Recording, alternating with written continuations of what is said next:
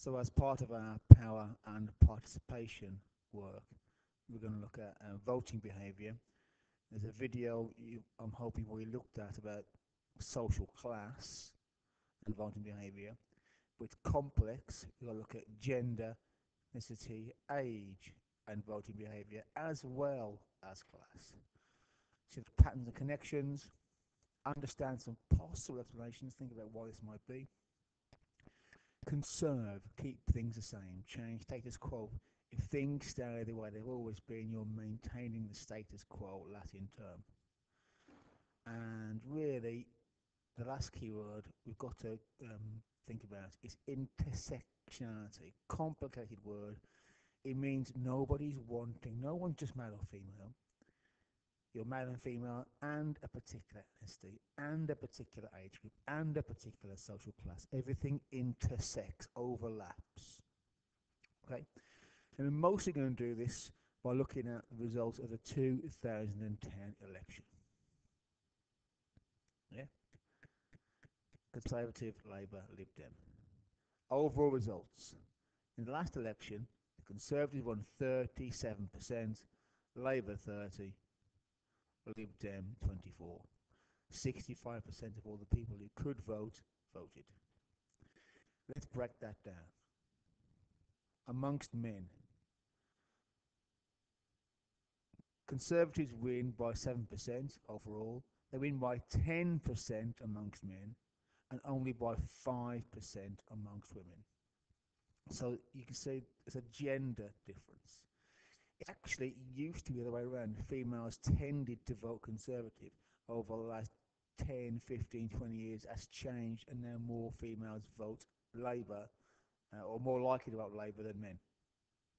Maybe that's to do with family values, to do with benefit system, to do with a general dislike of the Conservatives. We're not quite certain.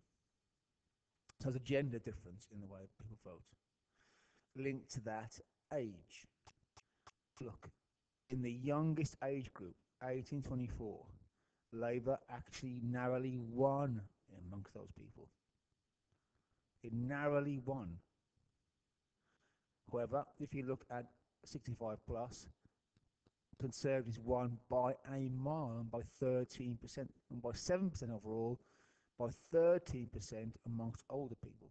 Yeah, you can see the same pattern all the way through this. Now link that to the turnout. So Labour won amongst this group, but only 44% of them bothered to vote.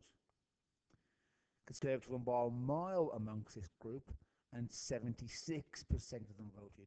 This explains why political parties always want to try and do things for old people, because they know they vote, and this lot don't.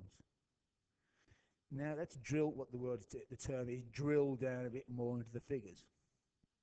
Let's look at men by age. Yeah? Men, age 24, much more likely to have voted Labour. Yeah? But then look at that. Next age group, much more likely to vote Conservative. 55 plus, men hugely voting Conservative, and again, much more likely to vote. Women, similar sort of pattern here. Yeah. Women, age 24, are the least likely group of people to have voted. So why would politicians care about them? They don't vote. Social class, approximately 4. AB is obviously middle class, upper middle class. DE is working class. Yeah, you can see Labour won amongst the DEs. Conservative won handily by the AB. So class is still very important. Again, though, look at the turnout. Amongst this group, they mostly voted. This group, much less likely to have voted at all. It affects the way things go. Break it down by class. So middle class men, working class men. Look here. You can call this detail. Let's freeze the video now and look at all these in more detail. Let's look at working class women, much more likely to have voted Labour. But again, low turnout, compared to this group, high turnout. Amongst owner occupiers, much people that own a house, much more likely to be voting Conservative. Social renters, much more likely to have, that's a council house, housing association, much more likely to vote Labour. But again, the turnout is different. These people are much likely to vote. This group, less likely to vote. So it's complex. And the last bit of complexity is ethnic groups. So again, here's the overall figure. For ethnic minorities together, 68% of them voted Labour. Only 16% voted Conservatives. And it's the Indians that are the most confusing for the Conservatives. Indian people in this country tend to be quite middle class, tend to be quite well off, businessmen, perhaps doctors, that sort of thing, own their own businesses. They really should, the Conservatives think, they should be voting Conservative, but they don't. They mostly still vote Labour. The Caribbean, African ones, easy to understand, they're much more likely to be working class and hence more likely to vote Labour than Conservative, much more likely, you can see. But this is the confusing one for sociologists and for the Conservative Party. Why are these people, small business owners, voting Labour?